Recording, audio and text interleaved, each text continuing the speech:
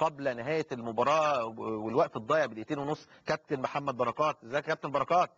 ازيك يا كابتن خالد؟ ازي صحتك؟ اخبارك ايه؟ مبروك اولا على مستواك المميز امبارح في مباراه الامس، ومبروك على التعادل بطعم الفوز امبارح، ويعني اقترابكم من الفوز بالدوري.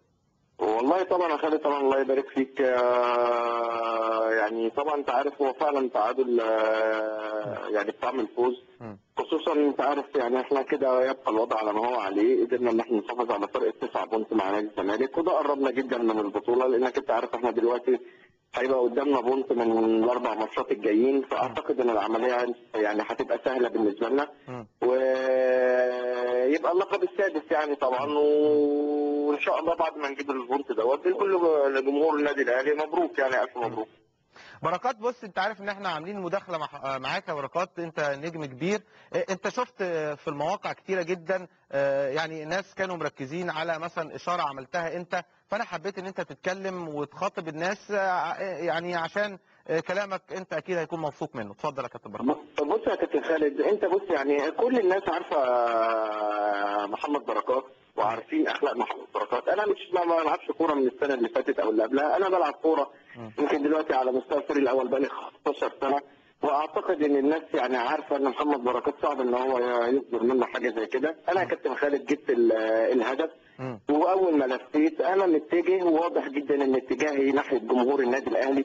فانا مش ما اعتقدش يعني لو عملت حاجه ان انا هكون عاملها لجمهور النادي الاهلي، يعني انا مش بتاع الكلام دوت. والله يا كابتن خالد ما حصل مني الكلام دوت، ولا ممكن في يوم من الايام ان محمد بركات يصدر منه حاجه زي كده، ابدا ابدا ابدا يعني. كابتن بركات، انت اول ما جبت الجول ان انا يعني على المستوى الشخصي اكيد انت عارف ان انا صعب ان انا اعمل حاجه زي كده. لا عشان بس انا عايزك برضو تشرح للناس، لان باين ان انت رفعت ايدك. هل انت كنت بتقول مثلا انت دايما اما بتجيب جون يا بركات بتعمل واحد كده دايما؟ تلاقيني ايه اول حاجه اعملها كده، تلاقيني ارفع ايدي لفوق. يعني انا فطبعا يعني مش رفعت ايدي لفوق واتجهت على طول لجمهور النادي الاهلي. ويمكن انا حتى يمكن لو زي ما شفنا انا من فرحتي طبعا ان انا قلعت الفانيلا بتاعتي واتجهت لجمهور النادي الاهلي. فما اعرفش بقى هل ممكن بقى مثلا هل يبقى حد اختلط على الامر ان محمد بركات ممكن يبقى عمل حاجه لكن والله يا بركات انت لم يحدث منك ذلك ولم يخرج منك اي اشاره خارجه لجمهور نادي الزمالك. لا لا لا اطلاقا يا كابتن خالد، اطلاقا ان احنا بنتكلم ازاي، بالعكس احنا زي ما زي ما انت بتقول احنا عايزين ننبذ التعصب وعايزين نتفرج على الكوره. احنا صدقنا امبارح شفنا مباراه كويسه في كره القدم، وشفنا 6 جوان والناس طالعه فرحانه، سواء جمهور النادي الاهلي ولا جمهور نادي الزمالك. فيعني احنا مش عايزين ندخل بقى حاجات في النص، مش عارف فلان اصل عامه، مش عايزين نبوظ الصوره الحلوه اللي احنا كنا فيها امبارح. احنا بنتكلم وبنقول ان نادي الزمالك الدور الثاني شكل مختلف تماما مع الكابتن حسام حسن، والمجهود اللي بذله الكابتن حسام حسن والمؤازره الجماهيريه. واحنا كلاعيبه في النادي الاهلي احنا بنحترم جمهور مصر كله بما فيه جمهور نادي الزمالك. فاحنا صعب ان احنا نعيب في جمهور فريق منافس او كده، لان احنا ما نقبلش ان حد يعيب في جمهورنا. فاحنا عايزين العمليه تفضل ماشيه كده كويسه بهدوء، من غير ما يحصل اي مناوشات ولا اي حاجه تحصل بقى تعكر الحفله الجميله اللي حصلت امبارح في استاد القاهره. بركات، انتوا الماتش اللي جاي الاتحاد الليبي يوم الجمعه، ده في ليبيا ولا في مصر؟ لا ده في ليبيا يا كابتن خالد. في ليبيا. هتسافروا امتى ان شاء الله؟ والله يعني احنا طبعا يا كابتن خالد المفروض انت عارف احنا كان لينا المفروض ماتش هيتلعب يوم الثلاث مع المنصوره. تمام. فانت عارف ان الماتش دوت تم تاجيل المؤجلات. تمام. فبالتالي احنا كنا المفروض هنسافر الاربع على طول. فانا مش عارف لحد دلوقتي يعني لسه ما بلغناش في النادي هل دلوقتي بعد ما المؤجلات دي اتاجلت فهل احنا ممكن مثلا نسافر مثلا قبلها بيوم شويه مثلا. لا بس الاربع كويس على اساس ليبيا قريبه يا كابتن بركات، يعني الاربع كويس اعتقد، ليبيا مش بعيده يعني. والله يعني ممكن يعني، بس انا باكد لك ان هو اكيد هيبقى الثلاث او الاربع يعني.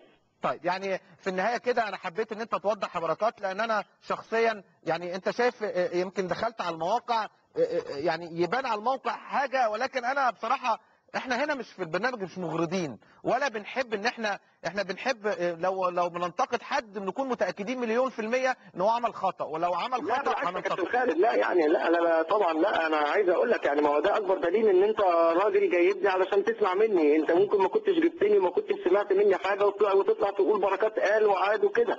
تمام. فيعني لا، ده طبعا انت يعني انت اديتني حقي، وانا بدوري بوضح الملابسات والكلام اللي اتقال ان ده كلام لا اساس له طبعا من الصحه.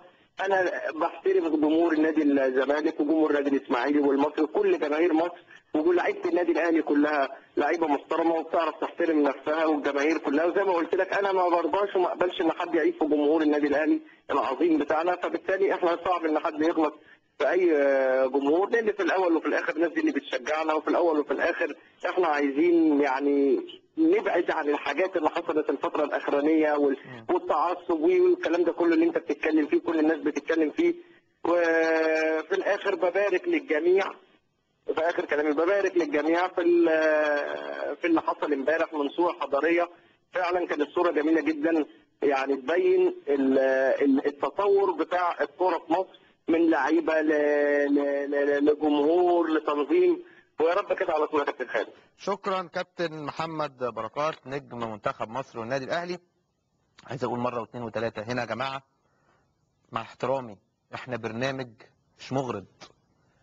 انا من ساعه ما حصل معظم جمهور نادي الزمالك بيكلموني على الموبايلات، شفت النت ودخلت على النت ولم اتاكد من الصوره، ولم اتاكد ان ده حصل او لا ما حصلش، ولم يظهر في كادر تلفزيوني. فعشان نكون احقاقا للحق، احنا هنا ولا اهلي ولا زمالك، احنا هنا بنقول حق ربنا سبحانه وتعالى، وربنا سبحانه وتعالى بيعاقبنا على اي شيء احنا بنقوله. لو بركات كان اخطأ 1,000,000% كان في برنامج رياضة اليوم هيتعاقب 1,000,000%، وهننتقده 1,000,000%. زي ما احنا بنطالب دايما بالعدل ما بين الأندية، ودايما كل واحد يخطئ لازم ياخد عقابه، وده اللي بتمناه من لجنة المسابقات ولجنة الانضباط الفترة اللي جاية. يمكن اختلط الامر لان بركات دايما لما بيجيب جون بيعمل كده، ممكن او بيعمل كده بوضع معين بتبان شيء مختلف، لكن هو قبل الهوا اقسم لي بالله، واقسم بالله على الهوا، اقسم لي، قال لي اقسم بالله يا كابتن خالد ما حصل مني ده، اقسم بالله، وقال لي اقسم بالله اكتر من مره.